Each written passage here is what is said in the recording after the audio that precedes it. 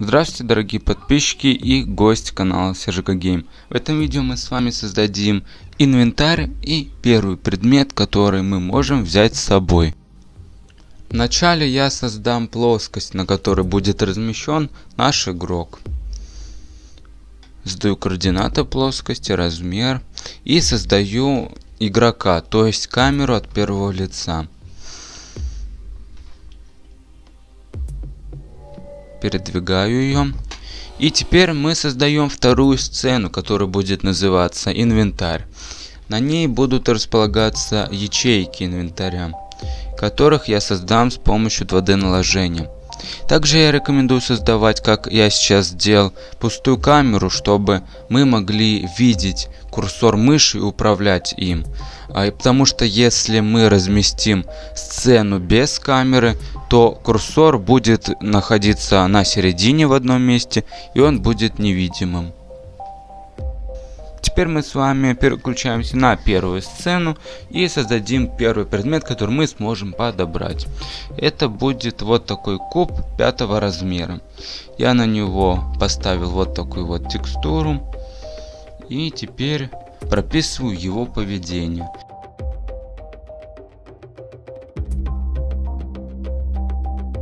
Теперь создаем еще одно 2D наложение, который будет показывать, какой предмет мы сейчас подберем.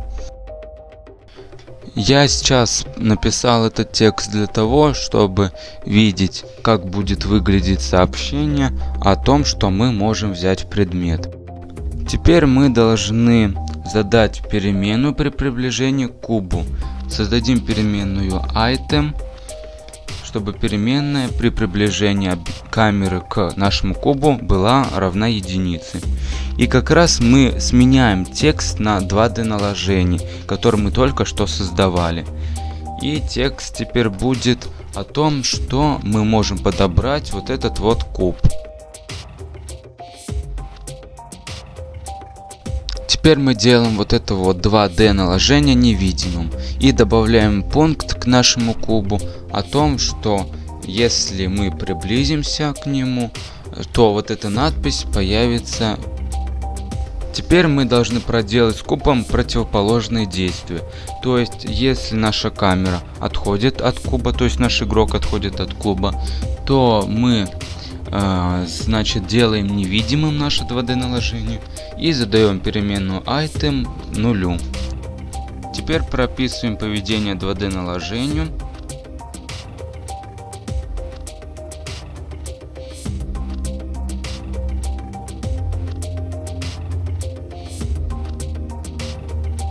То есть получается, если мы хотим подобрать куб, то мы попытаемся положить его в ячейку инвентаря номер 1. Если же ячейка инвентаря равна нулю, то есть если ячейка инвентаря пуста, то эта ячейка становится занята вот этим вот кубом. Если же ячейка инвентаря занята чем-то другим, то тогда мы попробуем положить ее в ячейку инвентаря номер 2. То есть вот прописываем задать ячейку инвентаря 2 равно единице. Если же ячейка инвентаря 2 равна значению больше нуля, то значит она занята.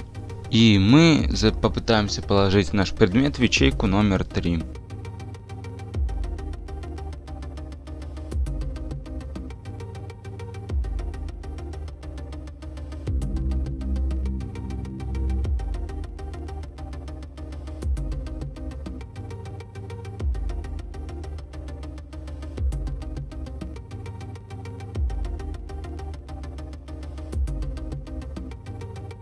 Теперь я хочу добавить сообщение о том, что инвентарь заполнен.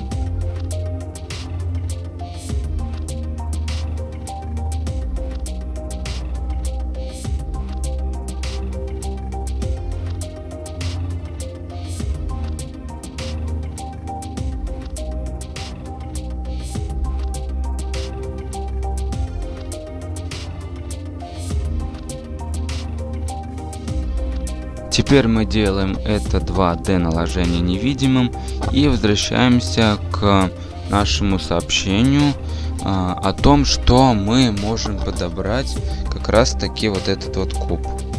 Так, и то есть если все ячейки инвентаря заполнены чем-то другим, то появляется сообщение о том, что инвентарь заполнен, и через вот 2 секунды я выбрал, это сообщение как раз таки пропадет.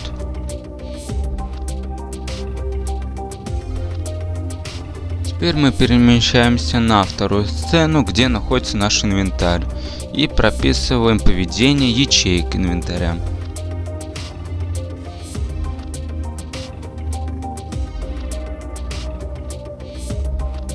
То есть частота обновления равна 100 миллисекундам, и она обновляет информацию о значении ячейки инвентаря.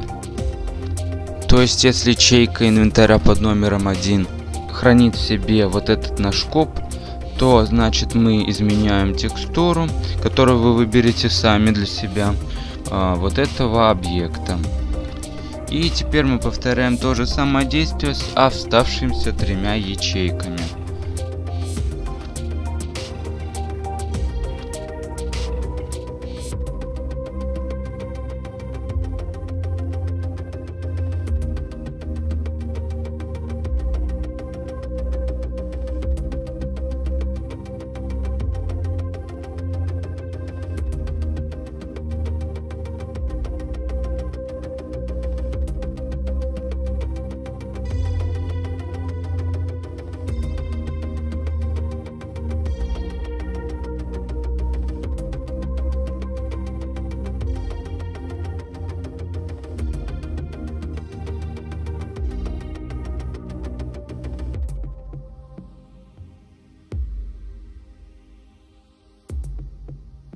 Теперь мы переходим в корень сцены и создаем действие, что по нажатию клавиши Tab мы будем переключаться как раз таки на сцену с игроком.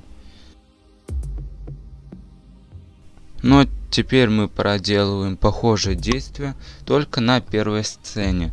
Ну, то есть также по нажатию клавиши Tab, клавиша отпущена, то переключиться на другую сцену. Вот сцена с инвентарем. И теперь давайте протестим. То есть я нажимаю клавишу F, еще раз F, и давайте 2 раза F. И все работает. Если вам понравилось видео, то поставьте лайк и подпишитесь на канал. До встречи в следующем видеоролике.